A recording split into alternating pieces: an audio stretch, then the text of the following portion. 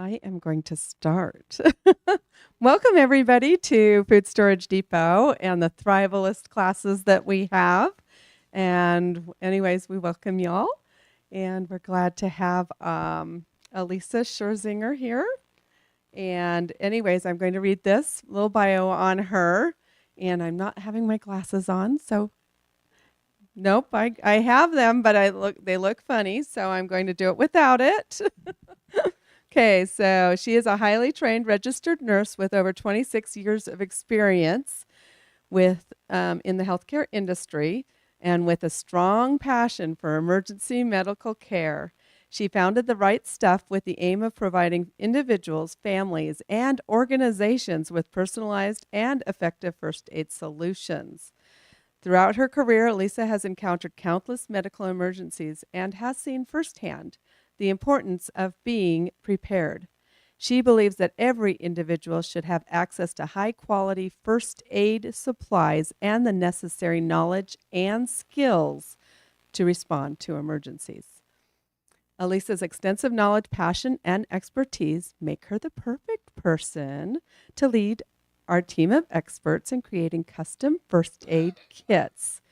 And Elisa's dedication to empowering others with the knowledge and skills they need to effectively handle medical emergencies is what sets her company apart. And she actually works with us, actually. She is one of our employees. So we are excited to have her and to have her share her knowledge with all of you guys and online. So thanks for being here. And we will give her a hand for coming here today. Thank you, Elisa. The time is yours.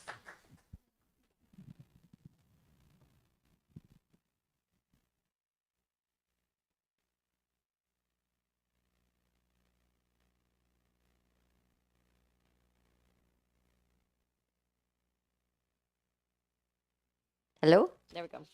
Got it. Okay. All right. Well, thanks everyone for coming and spending your evening tonight. It tells me a lot about you, the fact that you're here and that you truly care about you, yourself, your families, and those people around you to take an hour and a half of your night to learn what this is really all about. And my purpose in starting this business and leaving my full-time secure nursing position is because of my passion for pre-hospital emergency first aid and making sure that people do have the right skills and the right supplies. And what started that for me is, 26 years of experience, seeing people on the very, very worst days and knowing that some of those could have been prevented had there been some bystander assistance. And we'll talk a little bit more about that later on. However, with my own personal journey through all of this and choosing, like I said, to step out of that secure job and do this, it's been a big sacrifice for my family, and it's one that I really appreciate their support with, but it's one that I've really felt compelled to do. I have been online many, many times looking for the right first aid kit. The right stuff. That's how this came about. My husband did this. And so I thought, you know what, I can do better. And so we did. So we created every kind of first aid kit you can imagine, depending on what the situation's for. And the ones that we'll have tonight, we'll talk more about, is one that for months now we've been working on curating like the perfect kit for this Thrivalist, for the Food Storage Depot, that truly has a wide basis covered with the right supplies. So when we talk about preparedness and first aid, when you hear that word preparedness, I think people kind of cringe. They think, oh, prepared. Okay. Did your parents train you to cook? Did they help you learn how to clean, how to do laundry? Maybe they didn't. Maybe you learned on your own. I was kind of resistant to learning. It's taken kind of years, right, to cultivate all those skills and to practice them. And the same thing is going to go for first aid. It's going to take time. And what I'm going to teach you tonight might feel like a fire hose for just a minute, but it's really important to me that it feels a little bit like a fire hose, because it's important to me that you know what the scenarios could be and how to act and where in your personal journey you need to start. Some of you might be way advanced, ready for like trauma courses. And some of you just might need basics like how to treat a burn or how to clean a cut. I can tell you that if you haven't been updated in the last 5 or 10 years, that everything you've been taught has gone out the door, all right? So we'll talk more about that too. So I believe that this is not about fear. None of this is about fear. It's about empowerment. It's the complete opposite. It's about living a lifestyle that's conducive to having this become a part of your normal part of life, you know, like anything else, like cooking and washing and things like that. You commit these things to muscle memory and it sticks, and it will be there when you need it. Okay, I'm going to do something I have not done before in a presentation. I'm going to ask all of you, including all of you online, to close your eyes. I want to take you on a little trip for a minute, okay? So it's about a month from now, and you are driving home. It's about 6 o'clock at night. You've worked all day long, or you've been out running errands all day, and you're thinking about this huge to-do list you have. The kids need to be fed. They have homework. The house hasn't been cleaned in a month, you know, whatever's going on at home. And you're driving, and that's kind of where your headspace is, but you kind of look over to the right, and you notice that there's been an accident of some kind. You see a bunch of people kind of gathered there, and you think, oh, no, I'm too busy, And in fact, you just kind of want to ignore it and just put your hand like, oh, I didn't see it, and keep going. But something inside you says, stop. And you stop. You acknowledge that there's probably some fear, but you acknowledge that fear and you take the next step.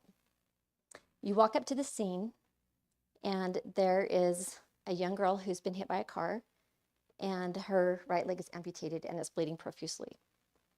People are there frantically trying to put on a belt for a tourniquet, but you can tell by the blood loss that it's not really working. So, because you remember from a month ago, you took this class tonight. You committed yourself to take a Stop the Bleed class, and you learned how to work a tourniquet. In fact, you even have one in your car. So you run back to your car, you grab the tourniquet, and you hand it off to the person who's trying to work with the belt to turn on the tourniquet. They apply it, they crank it down, and that blood loss slowly is, you know, diminishing and stopping. And you finally, things start settling down, and you kind of take a closer look at this little face that's down below you, that's all pale and with little life. Then something kind of familiar hits you. You take a closer look, and you realize that's your 12-year-old niece who's just had a hit and run, and she was riding her bike to her friend's house. Now keep your eyes closed for just another second. I want you to sit with this for just a second. Think about how things changed from the beginning of the scenario to now. Are there woulda, coulda, what if I hadn't stopped? What if I didn't do this? What if I assumed somebody else knew what they were doing? What if I hadn't been there with the tourniquet? Okay, you can open your eyes. Open your eyes to the fact that we all depend on each other. I depend on you just as much as you depend on me. That if we're driving home tonight and there's a tragedy and there's an accident, I'll be jumping out of my car with my trauma kit and doing everything I can for you. And I would hope that you would do the same for me or for one of my loved ones, because that's what we do for each other. Okay. So the theme for tonight is the power of a moment. And the moment I'm talking about is that pre-hospital period between the 911 call and when the EMS arrives. It can be anywhere from just a couple short minutes, depending on where you're at, to 14 minutes. Average is 8. Okay? So that's 5 minutes on average, we'll say. That's how many seconds? 300? 300 seconds before somebody could lose a life and it becomes fatal. So the scenario that I just gave you of running back to the car to get the tourniquet and handing it off and knowing that she'd already been bleeding for a minute, she was probably in there good, 4 minutes or so. So time was not on her side. Okay, this is a quick little video. I want to show you what this little guy's doing here. Tonight, a dramatic pool rescue caught on camera. The family of a 4-year-old is thankful for their alert neighbors and their quick thinking. Here's ABC's Zareen Shah. Tonight, a family grateful after a heart-stopping near drowning in this Kansas pool was averted. My friends were yelling at me to go get help, and I just went like, oh no, and ran. Recent surveillance video showing 4-year-old Xavier Rigney, who has autism and is also nonverbal, jumping into a pool in an apartment complex. 12-year-old Maddox Westerhouse saw Xavier drowning. Xavier was under the water for 3 minutes and 22 seconds. Maddox called his dad, Tom, who jumped a fence, pulling Xavier out of the pool and conducting CPR for nearly 3 minutes until Xavier started breathing again. Definitely when he started to cough up water and everything, I knew that was a good sign. First responders said without Tom, it might have been too late. The risk of children with autism drowning is up to 10 times greater than other children, and drowning is the single leading cause of death for all children between 1 and 4. This is Xavier, his mother Alexis. Xavier's mom meeting his rescuers for the first time. She says she was focused on her 4-month-old when she saw Xavier was missing. He's my best friend, so I don't know what I would do without him. Sorry. Officials say more than half of kids drowned within 25 yards of a parent. There are a lot of things that parents can do to keep kids safe. No CPR, have fences around pools, and make sure kids learn how to swim. Lindsay? Some potentially life-saving tips there, Zareen. Thank you. Okay. How many of you would known what to do for this little baby? You don't have to raise your hand, just a rhetorical question. To personally kind of take bearings of where you're at. 25 yards of a parent. That's kind of scary statistics that most kids drown. That can do it that fast. Like any parent, I mean, no matter what they're doing, would not have caught this, if they were busy doing anything else. So the question is to prepare or not to prepare. We can put our head in the sand. Like, when it comes to first aid, maybe a lot of us do. They think, what do I know? I'm this, or that's going to take too much time, or in the future, I'll learn how to do that. I want to show a couple examples again. This is exactly how a bra for women over 50 should be. Made from 100% natural cotton with front closure. It is designed for maximum comfort. The fabric is buttery soft and breathable. That means no irritation, no chafing, and friendly to my... Why isn't it skipping? I am so sorry. It's not skipping. How long does this go? Oh my gosh. I don't know how to make this not.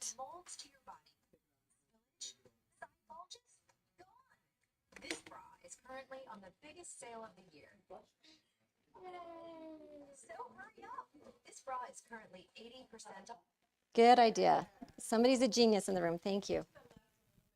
Okay, actually, you don't have to hear this one. There's no noise. Take note right now. You'll see somebody collapse in the top right corner. Okay? How many seconds go by before anybody even acknowledges the fact that he's down?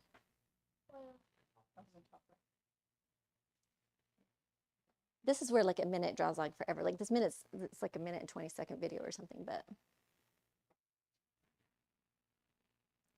this is why I do what I do. I've seen this way too many times. I have seen this on the road myself, at car accidents. I see this all the time.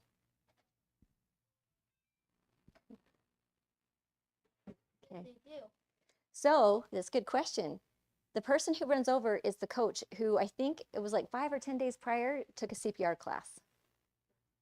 The stars aligned for this kid. So he was successfully resuscitated and he lived. Okay. I want to show you one more.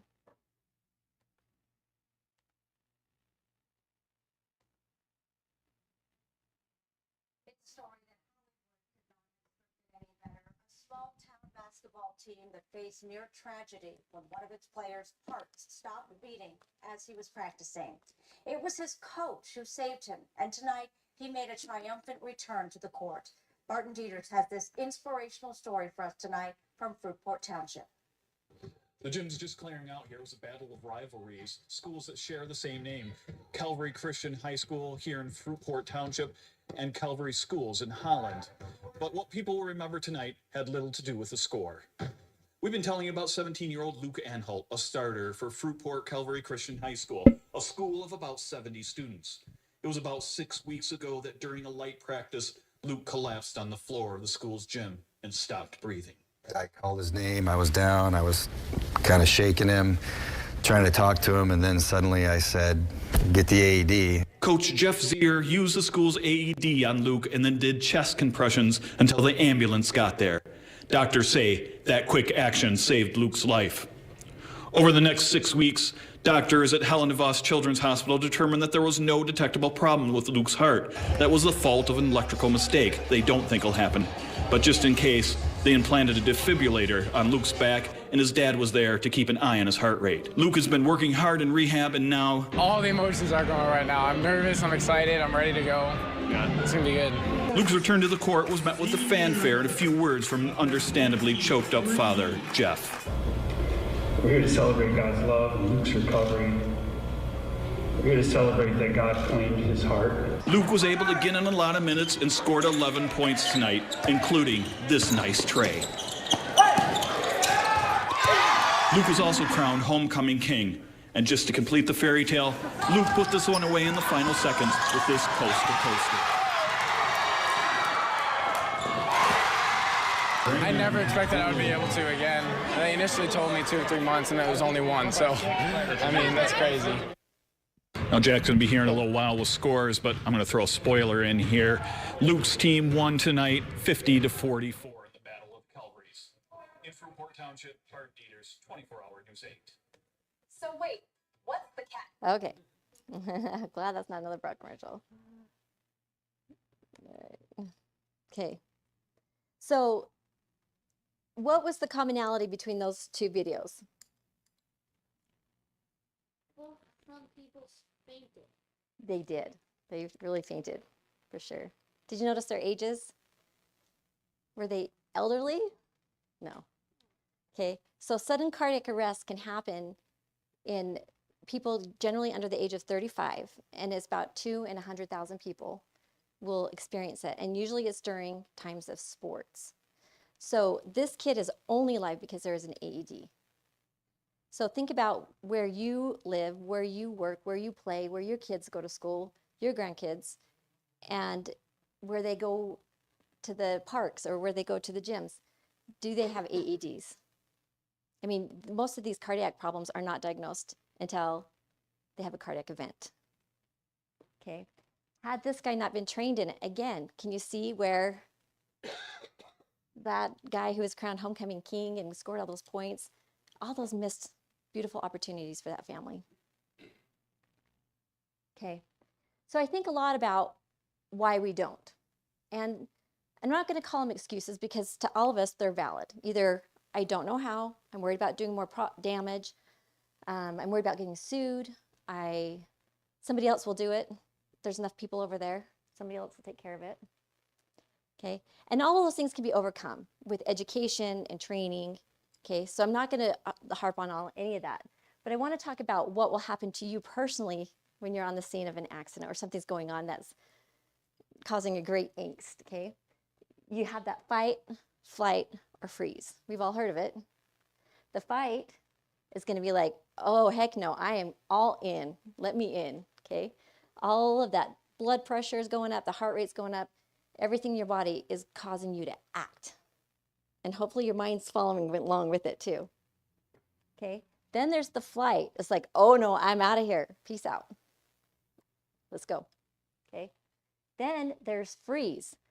There has been so many stories where people like, okay, there's some danger in front of me. I'm looking at it. People are running and trying to get out of the way, but I'm standing here. In fact, it was 9/11. She was just so much in shock standing out, looking out the window what had happened that she froze. She's like, her mind is telling her to move. And she's like, I couldn't move, you know. Eventually, the mind and body caught up and she was able to escape barely. But recognize that you don't know how it's going to be until you're in that situation. But if you tell yourself today, oh, I remember they said that this could happen. This is normal.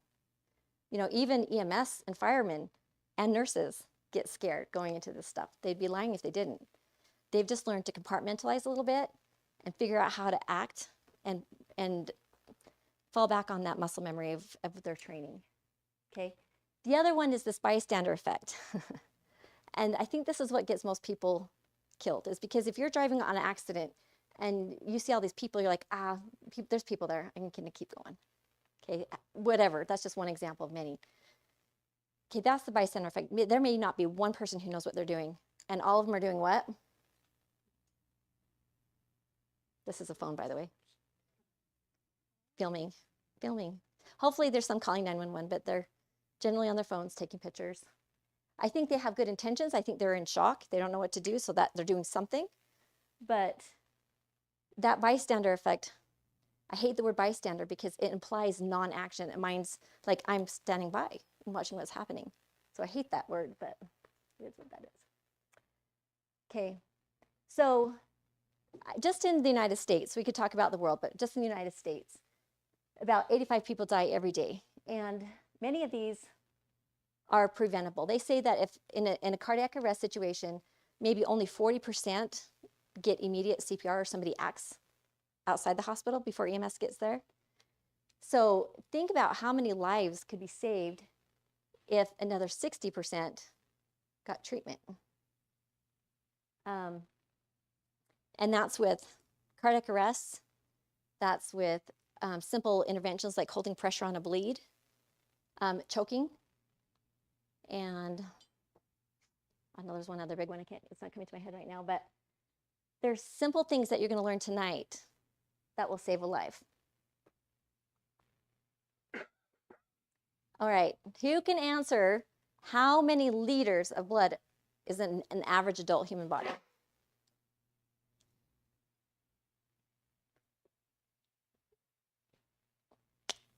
Okay. All right, so play along with me here.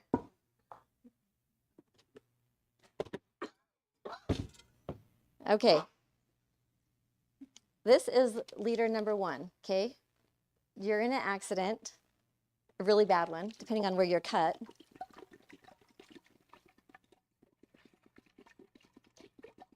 And depending on where you're cut, if it's an artery, it's going to come out like bright red blood and it's going to probably pulsate the same as your heart, or it's just going to rip roar and pour out like a river, okay? Some of these are just not survivable. They're very hard unless you're right on it, and some of them are even no matter you do whatever you can do, okay? Let's say you lose maybe around that much, okay? Your body's not like really telling it that it's losing blood until you get to about this point. Now you might start seeing changes in your vital signs. So that's a lot of blood before your body catches up and says, whoa, I need to compensate here, okay? But it doesn't take much more,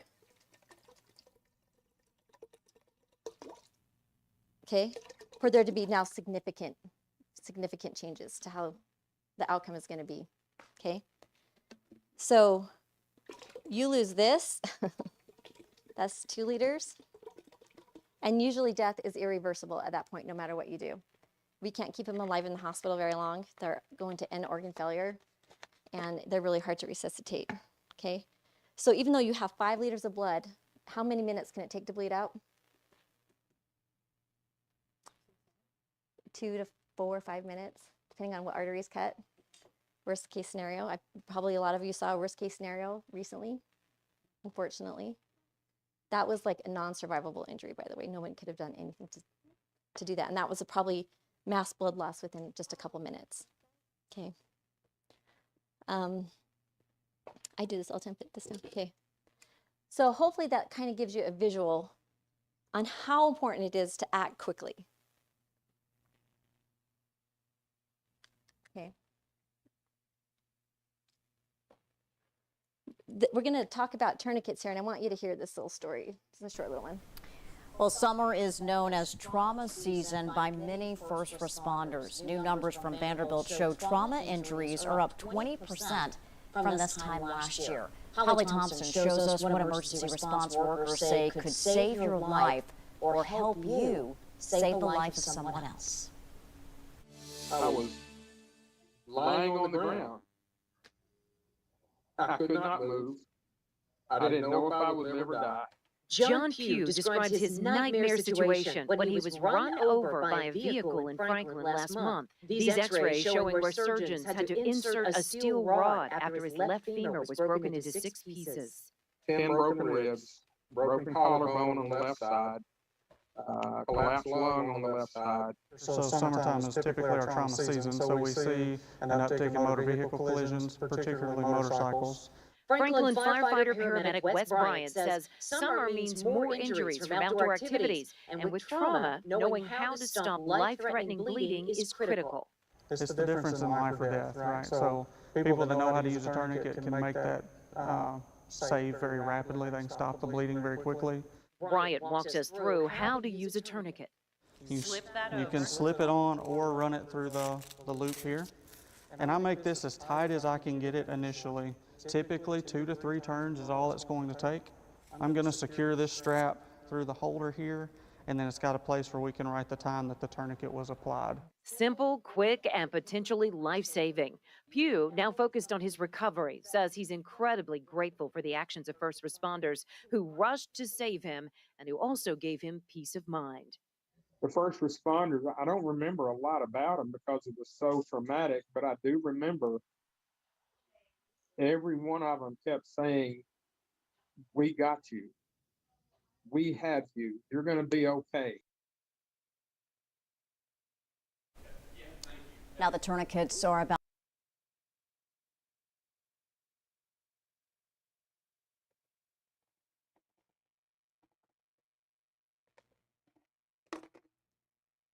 Oh my goodness.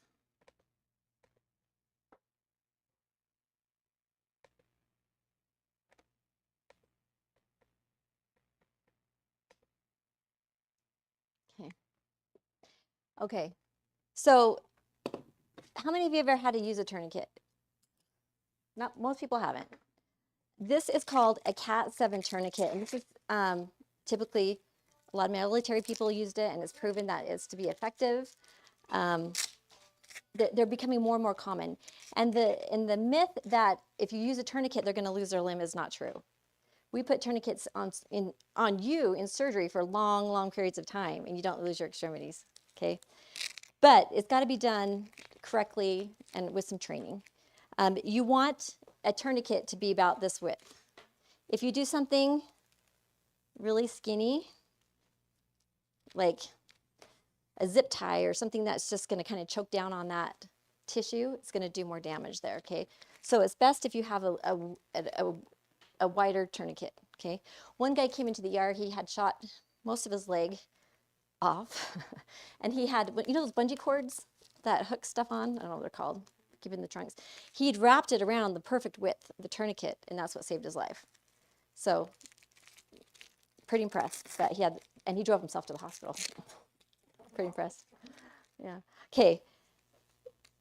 This is a Cat 7, and it's made in the United States, and you know it's a Cat 7 because it has the stamp on the plate back here.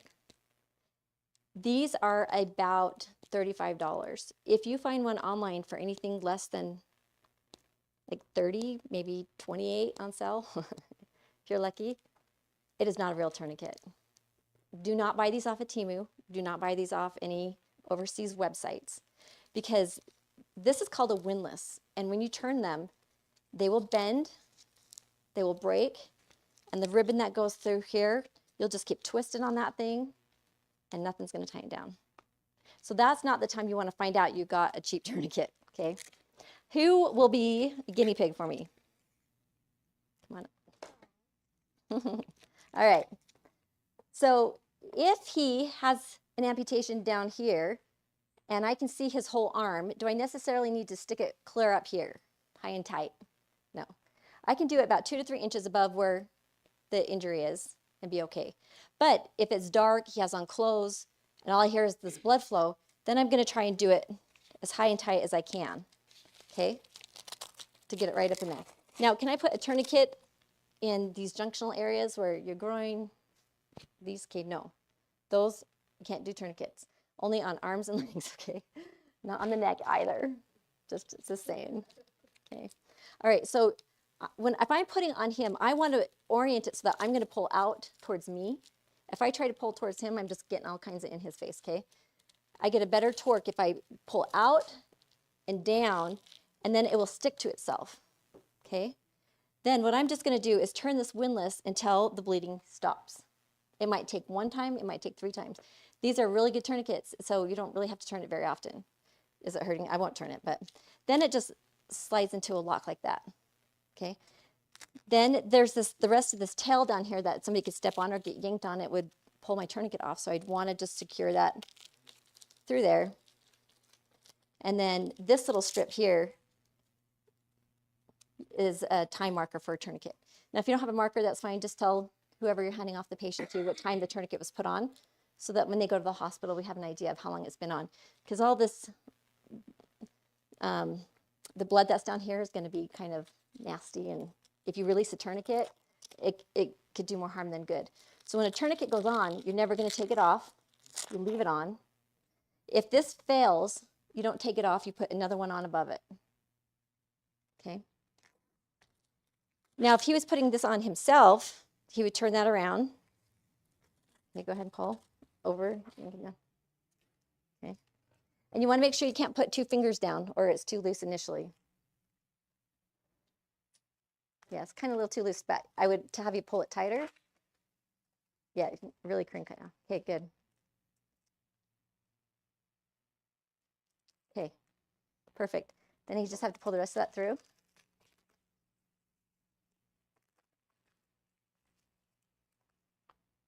Okay. See how easy that is? It's not hard. It's really easy. You're welcome to practice this tonight if you want afterwards.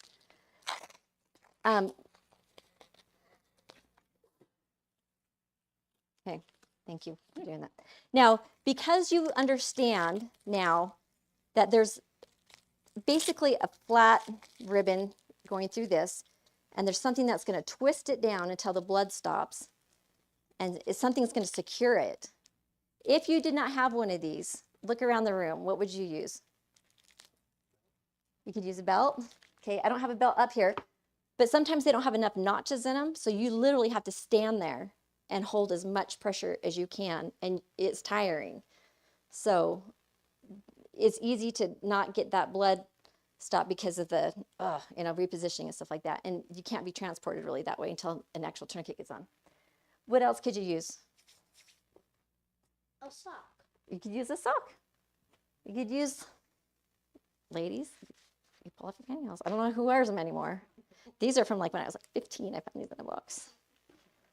These were like prom. That's my mom over there. She's, okay. Now, you can MacGyver anything. Do you want to? If you could have a tourniquet, it wastes time, and you may not have the resources that you need.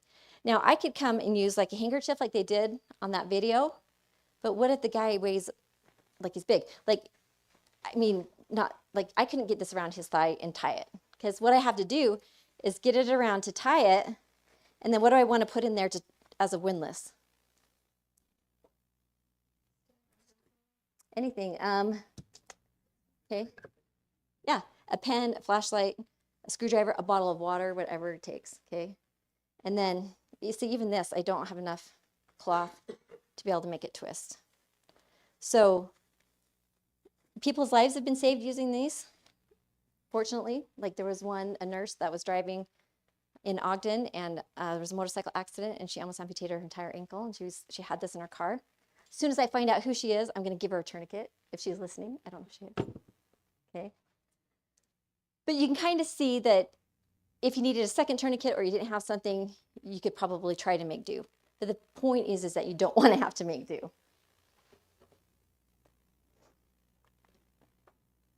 Okay. So when it comes to massive bleeding, the first thing you want to do is stop the bleed. And there's different ways you can do that.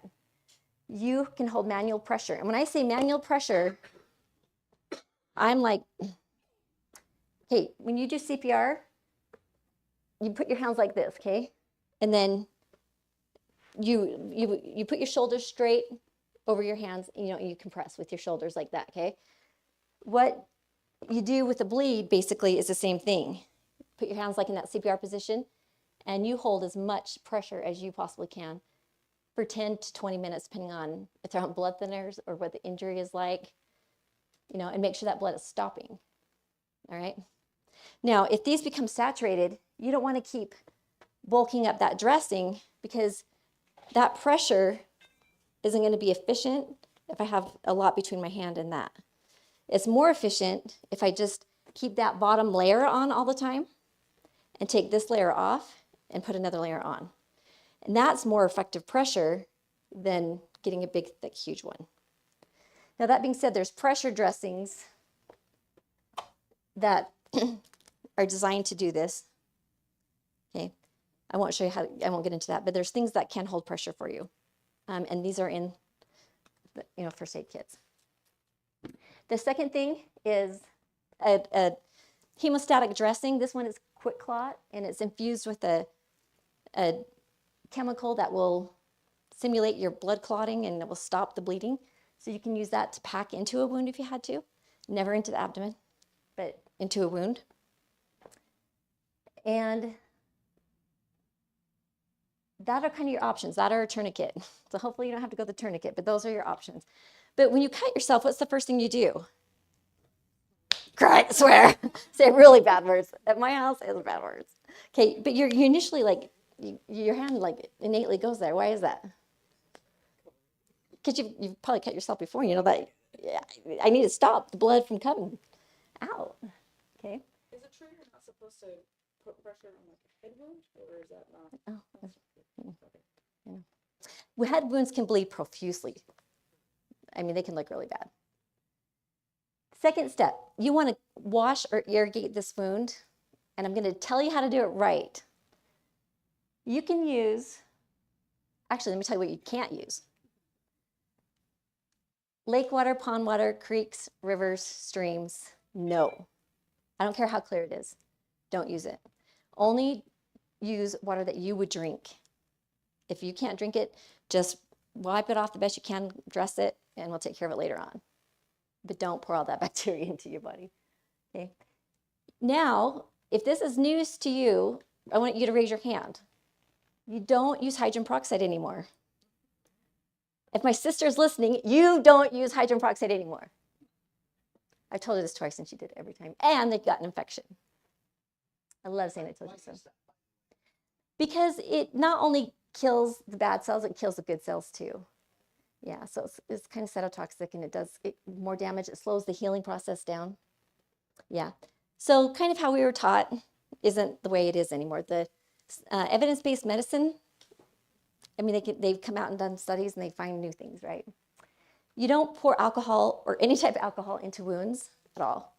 The only reason there should be alcohol preps in a first aid kit, I mean, you can maybe get the gross debris off, or you can do it before you give yourself a shot, or you can use it to clean off a thermometer, but that's it. You don't want to hurt yourself any more than you already hurt. When you're putting pressure on a wound, every time it's natural to want to look at it, but each time you stop and look at it, you have to start the counting all over it. Yeah, so his comment is that I think it's our natural curiosity to want to lift up that bandage and look to see if it stops bleeding. But what happens with that in your nose? It starts bleeding again, and you have to start from ground zero. Don't look at it. No peeking. That's the rule. I should put that up there in big, bold letters. No peeking. Let a good 10 minutes, 15 minutes go by before you look at it, if it's a good bleed. And especially with the nosebleed. I mean, those are hard to get stopped once they get going. Speaking of nosebleeds, what direction do you put your head when you go to pinch it, the nose? We were taught like this, right? The blood can kind of go down into your stomach, make you sick, all kinds of problems. You put your head forward, okay, and pinch that nose. So the things you can use to clean out is anything you would drink. You can use commercial products, normal saline. Now, there's a science behind the irrigation part of this. In the medical world, cc's and mLs are the exact same thing. Okay, does that part make sense? Because I'm going to have you do a little math here. So this is how many cc syringe? 50. Even though it says mLs, it's still cc's. So you can say it interchangeably. All right. Do you know how many are in that one? This might be harder to tell. Okay, there's 1,000 in there. Each one of those numbers represents 100. Okay, so the formula for how much fluid you use isn't just like stick it under the water and be done. It's 50 to 100 cc's of irrigation per centimeter of a wound. So if you have a 1-inch wound and it's 2.54 centimeters, and that's a dirtier cut, how many cc's of fluid are you going to use? Okay.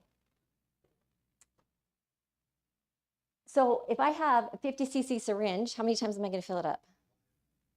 Okay. Would you have thought to use that much fluid? Okay. The second part of that, the formula? Oh, okay. Okay. So we were going to use 100 mLs of fluid. So if we have a 2.5 centimeters, we said 250 cc's, right? So we fill up that 50 cc syringe 5 times. Okay. Okay. So now you know the answer. Okay. Now this is kind of a busy slide, but if I said to you, the pressure you should use is 8 to 15 psi, right? What if I just said, you take a syringe and you push it hard enough to irrigate it? Oh, I didn't get my stem set up. I'm gonna have to use your imagination today. I brought a banana with all the crap to put in it and irrigate it, but we'll skip that tonight.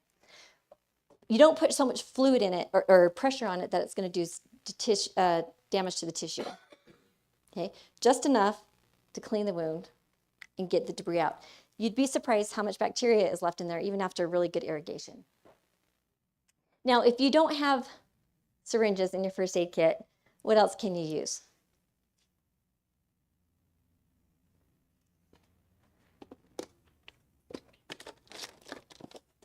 So how many of you have a water bottle that does that? Okay. So you could use a pop top, right? And just put enough pressure to irrigate it. And you'd want to irrigate it so that it's going away from the wound, that you're not putting stuff back into it. If you had to, you could take a water bottle and puncture holes in it, or a plastic baggie and make holes in it, but you'd have to actually apply pressure, just not the gravity won't be enough pressure. All right. There's some examples right there. That one on the end is like a shield that goes over the end of, it screws onto the end of the syringe, so that you put that right up against the skin, and when you irrigate it, you just follow that laceration all the way down, and it doesn't get anybody wet except for what's underneath it. It's really nice. Because anytime you're working with blood, what do you want to use? I assume people just know this, right? Gloves. PPE, all right? Sometimes this has been my gloves in situations, and fortunately I've been okay, but there is risks, and it's up to each person to decide what they need to do, but it's good to have gloves with you. Okay. Trick question. What do you put over top of the wound once you're ready to dress it? What ointment goes on top? You're fired. He said mercurochrome. Parents would chase us around when we got hurt, thinking they were doing, well, probably doing the right thing back then, and it just burned. So we would never tell our parents we got cut or got injured, because they'd chase us down and pin us down. It would hurt. Okay. Any other answers? That was my husband. I can say he's fired. Good. Not Neosporin. There's 3 antibiotics in Neosporin, and they're finding a lot of people are allergic to it. So it's causing like a contact dermatitis that resembles an infection. Okay, so it causes all kinds of confusion and problems. So they're finding that's not even doing that much good anyway. So they recommend, if you do use the antibiotic, like one antibiotic, like bacitracin, and that's what's in first aid kits. But not be better than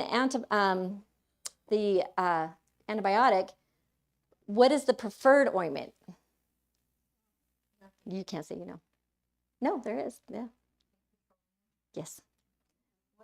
White petroleum or Vaseline. Okay. I want to show you how a wound heals, so this will make sense.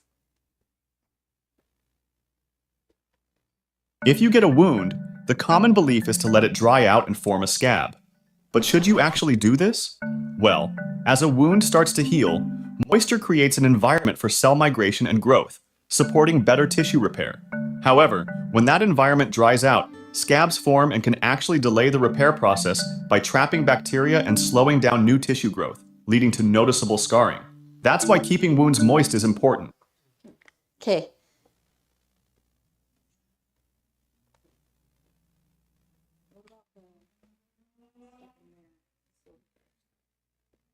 Yeah, we'll talk about that one in just a minute. Yep. Okay. So you don't want to use anything with lanolin in it, so check your products before you go putting stuff on it.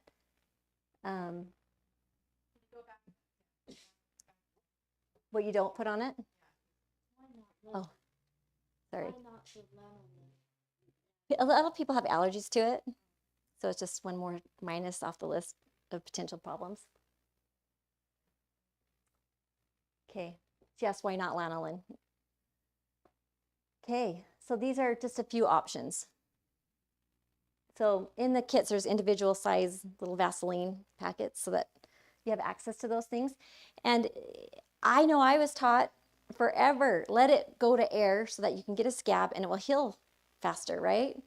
That's not the case anymore. You want to keep it like a nice moist environment, not to where your skin's turning white and getting all macerated from being too wet, but just keep it nice, a thin little layer. That's it. Okay. Then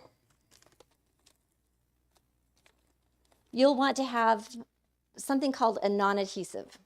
They come in different sizes. This is 2x3. You can buy 3x4s, all different sizes. But the difference between this and like a piece of gauze is a big difference. This is like a shiny, non-stick material, where this is like fibers, and this is going to stick to your wound. So if you put this up against your wound, when you go to pull it off, what's going to happen? It's going to hurt, or it might rebleed, reopen. This is really nice to have. You just stick that right on top of that Vaseline,